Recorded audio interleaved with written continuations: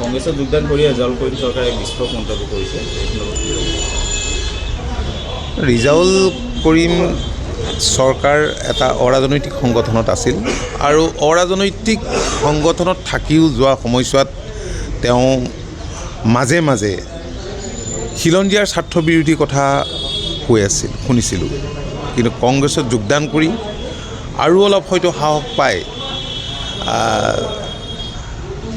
শিৱসাগৰো ধুবুৰীৰ দৰে কৰাৰ কথা যিটো কৈছে, এইটো নিতান্তই অতি নিন্দনীয়। আমি কণ্ডেম কৰিছোঁ তেওঁৰ এই ষ্টেটমেণ্টটো, আৰু তেনে উদ্ভট চিন্তা, উদ্ভট কথাৰ পৰা ভৱিষ্যতৰ দিনত যাতে আঁতৰত থাকে। ডাঙৰ কথা যে গৌৰৱ গগৈৰ সন্মুখতে এই কথা কিন্তু সেইটোতো আটাইতকৈ ডাঙৰ কথা। চাওক, মইতো সদায় কৈ আহিছোঁ যে কংগ্ৰেছ এনেকুৱা এটা দল যি সদায় আপোনালোকে জানে যে বাংলাদেশৰ পৰা অসমলৈ অবাধ প্ৰব্ৰজনৰ ৰাস্তা খুলি দিছিল নিজৰ ভোট বেংক মজবুত কৰিবৰ কাৰণে, আৰু সেইকাৰণেতো ইয়াত জনসংখ্যা বৃদ্ধি পালে।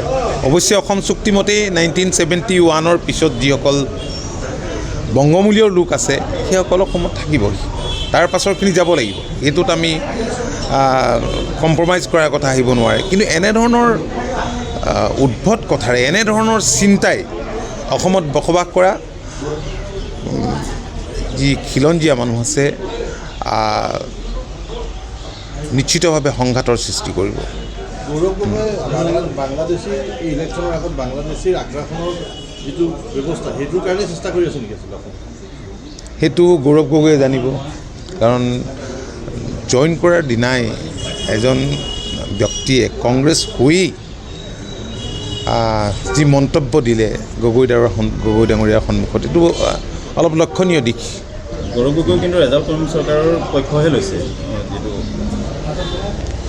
ৰাইজে এইবিলাক অবজাৰ্ভ কৰি আছে, ৰাইজে নিশ্চয় সিদ্ধান্ত ল'ব। নিৰ্বাচন যিহেতু একেবাৰে সমাগত। ঠিক আছে।